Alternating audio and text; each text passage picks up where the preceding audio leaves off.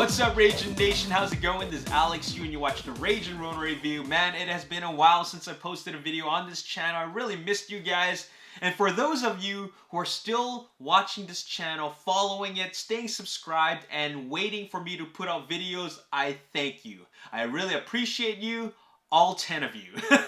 I know this channel doesn't get a whole lot of views as of the last couple of years, but that's okay. For me, it's not about the views, it's more about me just expressing myself. And I really appreciate that you guys still want to hear what I have to say.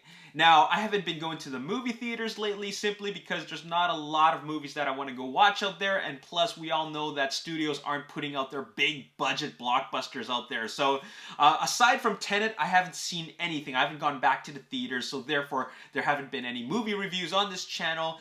But I have been watching a lot of movies at home. I've been watching a lot of movies on DVD, on Blu-ray, on streaming. And because of that, I decided that I want to come up with a series of top 10 lists. Top 10 videos, okay? Top 10 list videos. And you're going to see more of them just because I think it's really fun to rank movies. And this is my personal ranking system, so my ranking system will be obviously different from your rankings. But without any further ado, I want to give you my top 15 worst Marvel films that are not in the Marvel Cinematic Universe. So if you don't already know, there are a lot of Marvel films that are out there that have nothing to do with the Marvel Cinematic Universe. Marvel actually sold their rights to different studios, from 20th Century Fox to Disney to Paramount to Universal to Sony. So, you know, all these different studios decided to make their own films, which are disconnected from each other. And I think the fact that they were disconnected and not part of the Marvel Cinematic Universe made them a bit weaker because they were just standalone stories that really had not much investment to them. So that's what made them weaker films. But I think it's about time that we talk about them, we rank them, and give a little bit of attention to them. Because I think some people still do like these films. I don't really like these films, and I want to rank them for you guys. Now, I will say that not all these films suck. I think some of these are actually okay, but I wanted to make it a nice round number, so I put out 15 films. Now, I will say this. This list doesn't include films from the Marvel Cinematic Universe because I think they're all good to extraordinarily good. Anyways, let's just jump right into it. Starting with number 15, Daredevil. Now, don't get it twisted. This film is number 15, which means it's the film that sucks the least. As a matter of fact, I actually think it's okay. I actually kind of like this film. In fact, I actually like the director's cut more than the theatrical release of this film. If you haven't seen the director's cut, do watch it. Do give it a chance because it actually improves the theatrical cut. I always thought the theatrical cut was okay. This one makes it better. So, yeah, I don't think it sucks at all. I think it's an okay film. I actually think it's a decent film, especially if you watch the director's cut. All right, so that's number 15. Number 14, now this is an unpopular opinion, Dark Phoenix. I actually like Dark Phoenix. There's a lot of things that I actually like about it, and I think one of the main reasons why I like Dark Phoenix is because we just came off of XMen Apocalypse, which sucked. Like, that film was really underwhelming, and I think Dark Phoenix actually made they made a good film. They made up where Apocalypse lacked. And that was, they just made a simpler film. It was very simple. It didn't take a whole lot of thought put into it. It was not as overly complicated as Apocalypse, and it worked. So I actually liked it. Which brings us to number 13, X-Men Apocalypse. There's only one great scene in the entire movie. I watched the whole movie recently, and there's only really one great scene, and we all know what it is. And that is the Quicksilver scene. Had it not been for that scene, man, this movie would have sucked so much more. It was a really underwhelming film. Unfortunately, for a film called X-Men Apocalypse, with one of the greatest villains in the X-Men universe, it was extremely underwhelming. So that's really unfortunate. Number 12, Fantastic Four. Fantastic Four! This is the one with Chris Evans, Jessica Alba, I forgot the Michael Chiklis, and also Who am I missing? Oh, Yoan Griffith. Okay, so I actually think this one's okay. I don't even know why I ranked Apocalypse and Anyways, whatever. I already put it out there. So number 12 is Fantastic Four, and I think it's an okay film. It is a little bit anticlimactic, and it's mostly because they did Doctor Doom dirty. They didn't do a good job with his character. Like, he is one of the greatest villains in the Marvel Universe, and they made him so weak. So that's really unfortunate, but I like the way the other characters were portrayed. So there you have it. Number 11, Blade Trinity. Now, Blade Trinity is obviously the weakest of the entire trilogy, but actually there's some things that I did like about it. I like the fight scenes. They're obviously not as good as the fight scenes in Blade 1 and 2. I also like Ryan Reynolds' comedy. His sequences, his comic timing is, I don't know, it just works. It's just really goofy. It makes me laugh. But this film is not nowhere near as good as the first two. In fact, it's not a good Blade film at all, but I still think it's actually a decent film, and I like that the Night Stalkers were in it. I like that Jessica Alba and Ryan Reynolds were part of this this unit that helps out Blade, even though it doesn't need any help. So yeah, it's okay. I think it's okay to... You know, it's definitely flawed. Like, the whole thing about Dracula, I think Dracula is a really, really weak villain, and there's no chemistry between the characters, but I like the concept of it. Okay? Number 10, Hulk. This is the one directed by Ang Lee. Now, this one is highly reviewed, highly rated on Rotten Tomatoes. Got a really high score, like 67% or something like that. But it's just too melodramatic. I don't know what was Ang Lee on when he decided to direct it this way or give it this sort of direction. It is so melodramatic, and it shouldn't be like that. When the action does happen, it is really great. But they just make it so... There's like so much exposition to the point where I'm thinking to myself, okay, when is this movie going to start moving along? And for those that appreciate the exposition, because it is decent exposition, there's just too much of it, I think it works. I think it works in the sense that it does build up the character a lot. But unfortunately, it makes the movie overly slow and long. So once the action kicks in, we're like, yes, finally! But it definitely suffers from pacing issues because of all that exposition they decide to put in, okay? Number 9? Yeah, we're at number 9 now. X-Men The Last Stand, directed by Brett Ratner. I watched that again recently, and man, it's... I think that it deserves a much lower score on Rotten Tomatoes because I am so not invested in any of these characters. I think the fact that they decided to kill off all these major characters, it doesn't work. And we get introduced to all these new characters that we had little investment in the first two films, and you bring all these new people, it's just so hard to be invested in the characters. And then a lot of those sequences, there's no stakes involved because there's none of that emotional investment anymore. And I think the action sequences are kind of lacking, and this whole thing doesn't work for me. So yeah, surprisingly, it is rated really, really high, but I think it's a very, very weak X-Men film. Next up, number 8.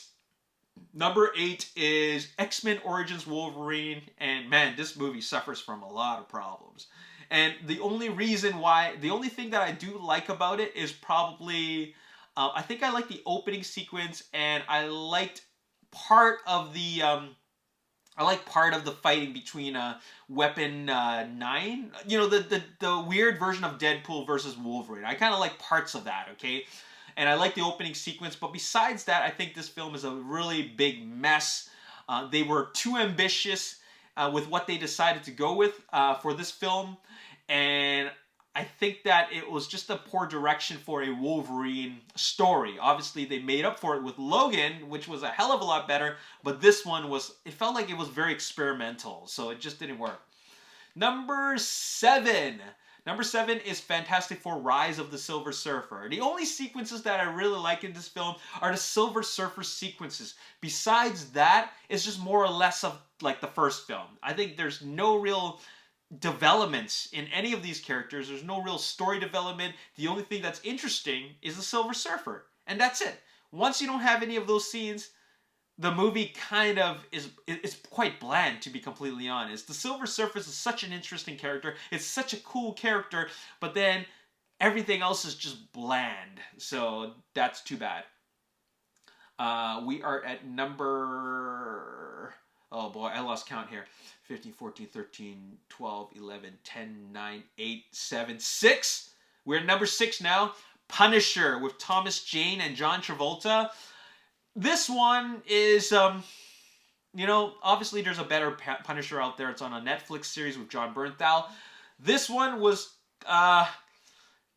you know, it was a bad movie, but for a Punisher film, I think it's okay. I mean, it's obviously it's a revenge flick, so there was a lot of revenge going on. It's violent. You know, he takes out his enemies with swift justice, and you know, it has its moments, but it's very, very underwhelming. It's like forgettable. Like you're only enjoying those parts, and I do love, you know, your typical. I do enjoy revenge flicks. I really do, right? And I feel the revenge there, but I think when it's a revenge flick in a Marvel universe and your character is Punisher, I think there needs to be more. It just was very, very underwhelming, and I think it could have been so much more. Number 5, Ghost Rider. I was really looking forward to a Ghost Rider film, and I think that Nicolas Cage is the right person to play Johnny Blaze, but this film just felt, I think that they... You know, I think they could have done so much more with this. Just like Punisher, they could have made such a better film, but I understand that this topic is very, very difficult to tackle. I mean, it's very far-fetched. It's really out there with the, you know, the selling your soul to the devil. You know, it's really, really, I think for your average viewer, it's a little bit hard to grasp. And for them to pull something off where they wrap a story around that concept is just, you know, you either like it or you don't. And for the most part, I think most people didn't like it because it's just hard to wrap your head around that. And it just created some very bland action sequences. They didn't do enough with it. I think that they did a decent amount of, a good amount of work in the characters, but when it came to the visuals and the action is just very, very underwhelming. Number 4, Punisher Warzone. Now, Punisher Warzone kind of improves where Punisher failed, but they failed in a lot of other things. Now, Punisher Warzone really gives us some really crazy violent sequences, okay? But the thing is that it lacks in so many other things. Like, it lacks in character depth. And I think they decided that, okay, let's just make it better by adding more senseless violence. Let's just make this bloodier, and let's just make this, have violence that's so over the top, let's just forget about everything else. And that makes the film a lot more forgettable because, like, I'm watching this, but I'm just not invested in the character and if he survives. Like, who really cares, right?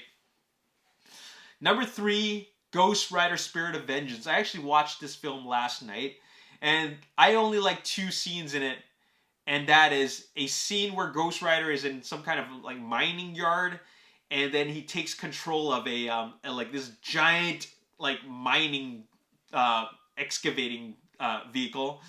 And then a scene which involves a motorcycle chase. Those are the only 2 scenes that I like in this movie. Everything else is just pure nonsense to me. Like, I wanted the film to be finished so I can go to sleep. I just wanted to say that, okay, I finally watched this film. And I finally did. I have no desire to revisit this film ever again. It is pretty bad. Number 2, Fantastic Four, the reboot. This film had so many problems on screen and off screen. Like, the production just was a mess. And you can tell that when you see the end result. This movie has no direction. It's just a bunch of characters there just waiting for something to happen, which leaves the audience waiting for something to happen. And when it finally happens at the end of the movie, you're like, okay, you know what? I just want to get the hell out of the theater. Let's just get this action sequence over with because it's already very underwhelming. The characters are underwhelming. let's just get this over with because I don't really want to watch much more. It is so bad, okay? I really wanted to like this film. I really wanted them to redo Fantastic Four in a much better way, but they made it even worse. So that's unfortunate. Number one, this is the worst film. That is the worst Marvel film ever that is not part of the Marvel Cinematic Universe, Elektra. This movie is so bad. I cannot believe how bad this movie is. It's funny because number 15 is Daredevil. I actually like that film. But then number 1, the spin-off, is Elektra, which is connected to Daredevil. And it is just, oh man, I don't even know what to say about this film except that it's so bad. The action sequences are so poorly done. Elektra. I forgot her name. Jennifer Garner. Carmen Electra. Jennifer Garner did so much training for this film. There was like a lot of writing on her career that she decided that after this film did so poorly, she never revisited this genre ever again. And by this genre, I mean the action genre. Actually, she did end up going back to the genre earlier this year. But the fact is that it took her that long to want to come back to the genre because she wanted to forget about this film. And this tells you something about the film when the main actress wanted to forget about this monstrosity, because like this is one forgettable film and one film that you want to forget and get rid of out of your brain, out of your system. It is so bad, okay? And I can't even explain how bad it is because I just don't have the words for it. So there you have it. That is my ranking of the worst 15 worst Marvel films that are not part of the MCU. There you have it. Why don't you let me know what are the worst films that are not part of the MCU that are Marvel films? Let me know in the comment section below, and I'd like to hear about it. Is it Elektra, or is the worst film you've ever seen Spirit of Vengeance with Ghost Rider, or is it Fantastic Four? Let me know. As always, if you enjoyed this review, enjoyed this video, you want to see more, make sure you hit the like button, subscribe to the YouTube channel, like me on Facebook, The Ragin Nation. Also follow me on Twitter, Ragin Nation. My name's Alex. Thanks for watching. See you next time. Peace.